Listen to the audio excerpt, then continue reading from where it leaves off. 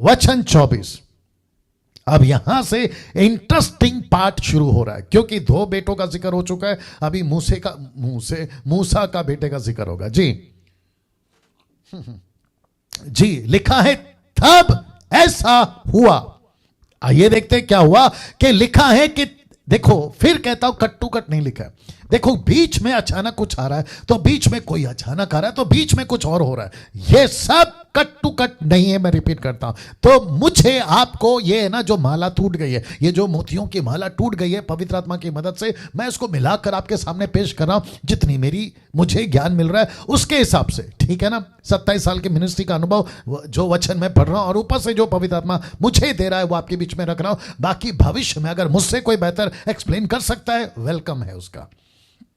जी लिखा है तब ऐसा हुआ कि मार्ग पर सराय में यहोवा ने मूसा से भेंट करके उसे मार डालना चाहा।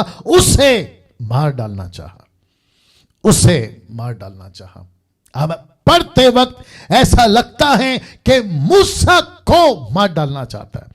99.9%, only 1 point, not 1% also 1 point लोग समझते हैं वो मूसा नहीं था।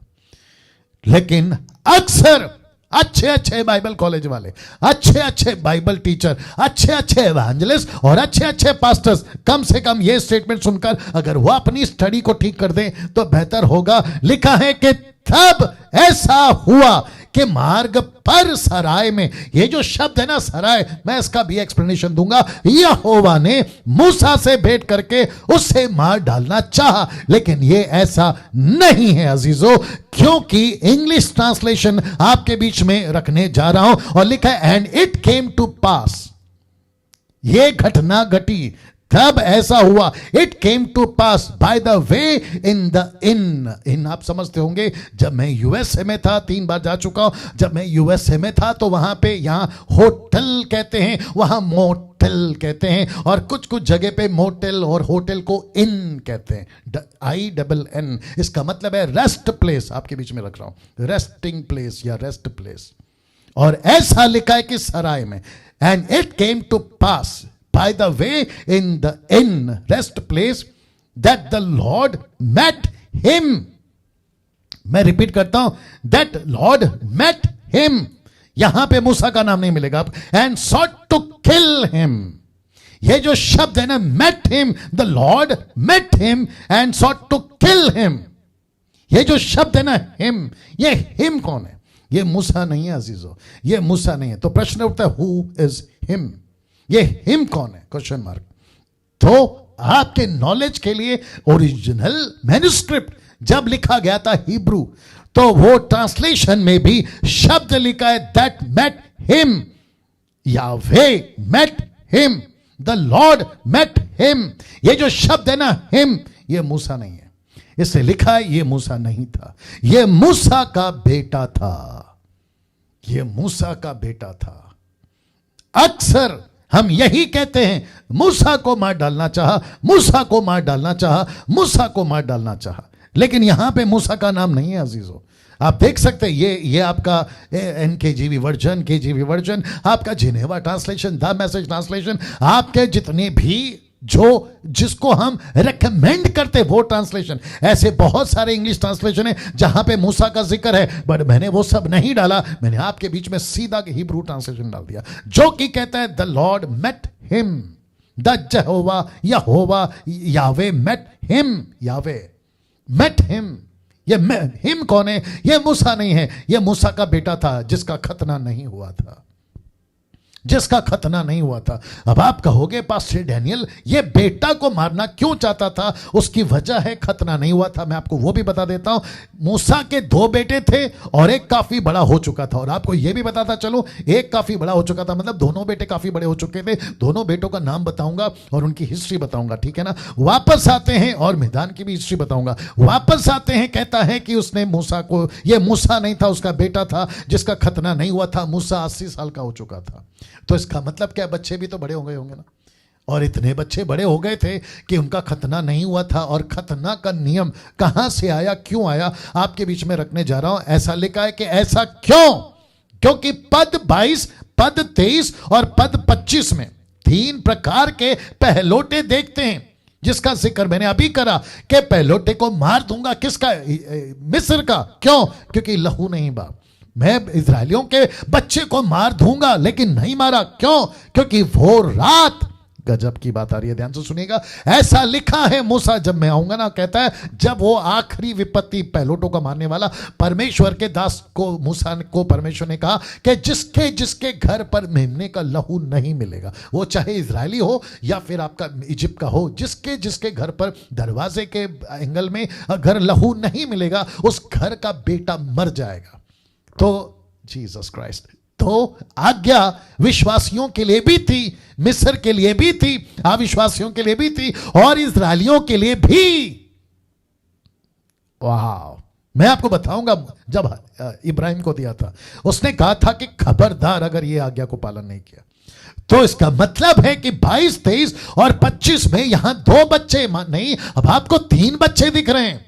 वापस रख देता हूं, खतना नहीं हुआ था मूसा के बेटे का, खतना नहीं हुआ था, तो वहां लहू नहीं बहा था, इसके लिए पहलोटा मर गया फिरौन का। यहां पे पहलोटा नहीं मरा, किसका? इजरायलियों का, क्योंकि लहू बहा मेमने का। अब यहां पे माफ करें, परमेश्वर का दास मूसा, उसको परमेश्वर कह रहा है, बेटा तू पास्टर है, तू लीडर है, अगर तेरा घर, तेरी पत्नी, तेरे बच्चे मेरे वचनों पे नहीं चलेंगे, तो लीडर होकर दूसरों को क्या चलाएगा? जिसका जिक्र पौलुस के द्वारा भी परमेश्वर कह चुका है कि अगर सेवक अपने घर का प्रबंध नहीं करेगा तो कलीसिया को कैसे चलाएगा? याद आ गया होगा आपको, मैंने नहीं रखा लेकिन आपको कनेक्ट अभी कर दे रहा हूं, आप मेरे साथ में बने रहे। वाह! इसका मतलब है कि फिरौन का बेटा मरेगा क्योंकि लहू नहीं बहा, इजरायलियों का बच्चा नहीं मरेगा क्योंकि लहू बहा। लेकिन मूसा के बेटे को कैसे छोड़ दें? मूसा के बेटे को कैसे छोड़ दें? तो इसलिए तो लिखा है कि परमेश्वर, लिखा है, and it came to pass by the way in rest place bracket में, that the Lord met him and sought to kill him.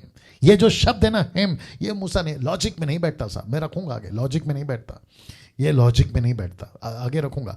तो अभी तक आपको ये कंफर्म हो गया कि बेटे का खतना नहीं हुआ था और बेटा अच्छा खासा बड़ा हो गया था। ऐसा क्यों? क्योंकि पद 22, 23, 25 कहता है 3 प्रकार के पहलोटे देखते हैं, इस्राएली, परमेश्वर का बेटा, फिरौन का बेटा, मूसा का बेटा। ये आपके नॉलेज के लिए मैंने रखा है ना। दोस्तों अब इसको देखिए, उत्पत्ति के 17 के 9 से 11 तक में ये क्या है जी, आपको अभी बताता हूं। ये वो आज्ञा थी जो परमेश्वर ने अब्राहम को दी थी। लिखा है, फिर परमेश्वर ने अब्राहिम से कहा, तू भी मेरे साथ वाचा बांधी हुई वाचा का पालन करना, तू और तेरे पश्चात तेरे वंश भी अपनी अपनी पीढ़ी में इसका पालन करें, मेरे साथ बांधी हुई वाचा जो तुझे और तेरे पश्चात तेरे वंशों को पालनी पड़ेगी, सो यह है। क्या है बताता हूं, एक्सक्यूज मी। लिखा है कि तुम में से एक एक पुरुष का खतना हो। मैं रिपीट करता हूं, एक एक पुरुष का खतना हो। बहुत ध्यान से सुनेगा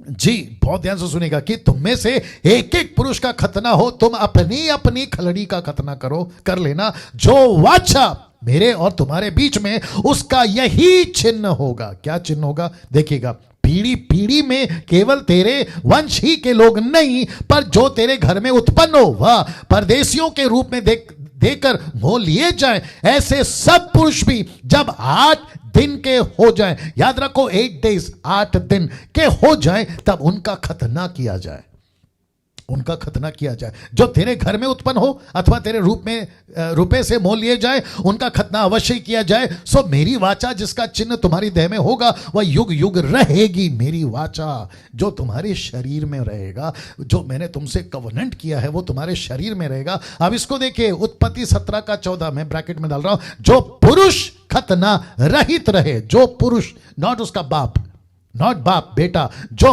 पुरुष खतना रहित रहे, अर्थात जिसकी खलड़ी का खतना ना हो, वह प्राणी अपने लोगों में से नाश किया जाए, क्योंकि उसने मेरे साथ बांधी हुई वाचा को तोड़ दिया। वह प्राणी तो मूसा नहीं बेटा।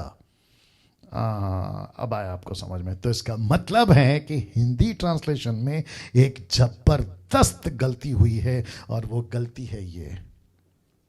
अब आप सोचिए, ऐसी क्या वजह है? बीच में एक मूर्ख टाइप का आदमी कह रहा था कि ट्रांसलेशन सब एक जैसा है। हद हो गई। मैं क्यों ट्रांसलेशन के ऊपर जोर देता हूं?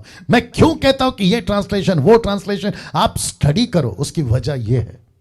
कितनी बड़ी गड़बड़, कितनी बड़ी गड़बड़।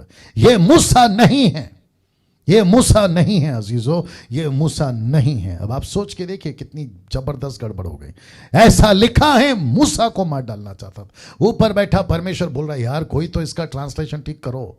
और मुझे खुशी है 27-28 साल की मिनिस्ट्री के बाद आप सभी मसीह जगत में, जो मुझे अच्छी खासी तादाद में 50,000 प्रतिदिन लोग मुझे सुनते हैं, इस बात को रख पा रहा हूं कि यह ट्रांसलेशन एरर है। यह ट्रांसलेशन एरर यानी कि गड़बड़ है, यह अनुवाद का गड़बड़ है। और सही अनुवाद आपको बता चुका हूं कि यह मूसा नहीं था बल्कि उसका बेटा था। और कनेक्शन आपको दे चुका हूं कि जिसका खतना नहीं हुआ वही प्राणी मारा जाएगा। नाउ अब आप सोच रहे होंगे पास्टर डैनियल, बहुत ध्यान से सुनना, बहुत गजब की बात बोलने जा रहा हूं। अब आप सोच रहे होंगे, मैंने नहीं डाला आपको फिर भी बता देता हूं।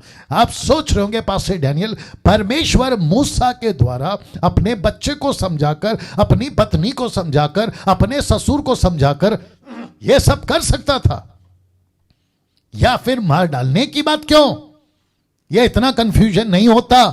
तो फिर प्रश्न उठेगा, उसको पूछने वाले आप और हम होते कौन है? ये एक लॉजिक। दूसरा लॉजिक मैं दे रहा हूं। आपको पता है परमेश्वर का लीडर यानी कि मूसा और उसका घर, मूसा का फैमिली, परमेश्वर कहता है अगर मुझे जिस परिवार को लेके चलना है, जिस लीडर को लेके चलना है, वो फैमिली को शेप, आकार ठीक ताड़ना, उसको डांटना, मैं इंटरफेयर करूंगा, मैं उसमें इंटरफेयर करूंगा। अगर मुझे लगा कि गड़बड़ है, मैं खुद इंटरफेयर करूंगा। यह दूसरा लॉजिक। तीसरा लॉजिक जो कि गजब का लॉजिक है, उसकी पत्नी सिपोरा। बाप रे, मैं आपको बताता हूं क्यों। क्योंकि सिपोरा इजरायली नहीं थी और सिपोरा को खतना वाला सिस्टम पसंद नहीं था। मैं रख रहा हूं आपके बीच में, फिर से कहता हूं, परमेश्वर ने खुद इंटरफेयर किया। और मूसा के बारे में क्या लिखा है? नम्र व्यक्ति। तो ऐसा हो सकता है मूसा ने अपने हाथ उठा लिया, बोला प्रभु मैं सबको झेल सकता हूं, इसको नहीं झेल सकता। मैं सबको ठीक कर सकता हूं, इसको ठीक नहीं कर सकता। ये जो ससुर है ना, ये अलग आदमी है। ये जो पत्नी है ना, ये अलग आदमी है। ये जो बच्चे हैं ना, ये मेरा नहीं सुनेंगे। और मैं आपको कनेक्शन दूंगा जब निर्गमन के 8वें अध्याय में आऊंगा। इस पूरे जर्नी में उसकी पत्नी, उसका ससुर और उसके 2 बच्चे उसके साथ नहीं है। ये शॉकिंग है, ये शॉकिंग है। बाप रे। अब मुझे नहीं पता कि आप में जितने लोग सुन रहे हैं, पति पत्नी बच्चे माता पिता, मैं रिक्वेस्ट करता हूं, अगर बाप को या पति को या पत्नी को या मां को मिनिस्ट्री मिली है, कोशिश करो कि सब उस मिशन में हिस्सेदार बनो। नहीं तो नीचे उतर कर आएगा और बेटे को मार डालेगा। मैं ये डरा नहीं रहा हूं। मूसा की मिनिस्ट्री से एक सबक ये भी सीख सकते हैं। और यही वजह है, मैंने नहीं डाला लेकिन एक्स्ट्रा फिटिंग दे रहा हूं या एक्स्ट्रा बात कर रहा हूं। फिटिंग नहीं, बात कर रहा हूं, आपके बीच में रख रहा हूं। इसलिए बार बार कहते हैं कि अगर पास्टर हो, शादी नहीं हुई तो शादी उसी से करना जो मिनिस्ट्री को समझे। एवेंजलिस्ट हो, शादी उसी से करना अगर नहीं हुई जो एवेंजलिस्ट के काम को समझती हो। नहीं तो पता चला कि पति को बोझ है सेवा का और पत्नी को बोझ नहीं है, फिर रास्ते 2 हो जाएंगे। और यही होता है अक्सर, और उसी के चलते फिर प्रॉब्लम आता है। वापस कहता हूं, शादी के पहले तुम शर्ट बदल सकते हो, बर्तन बदल सकते हो, टीवी बदल सकते हो, फ्रिज बदल सकते हो, लेकिन बीवी नहीं बदल सकते। इसलिए चुनाव करने से पहले आपको यह तय करना है कि अगर मैं मिनिस्ट्री में हूं तो मेरी जो पत्नी होने वाली है, लाइफ पार्टनर, वो कैसे होगे। नहीं तो फिर ये इधर और वो इधर। अब इसके आगे और नहीं बोल सकता जी ना। दोस्तों इसको देखें, कॉन्टेक्स्ट में बेटा ही फिट होता है, आता है, मूसा नहीं। मूसा नहीं फिट होता, ये टोटल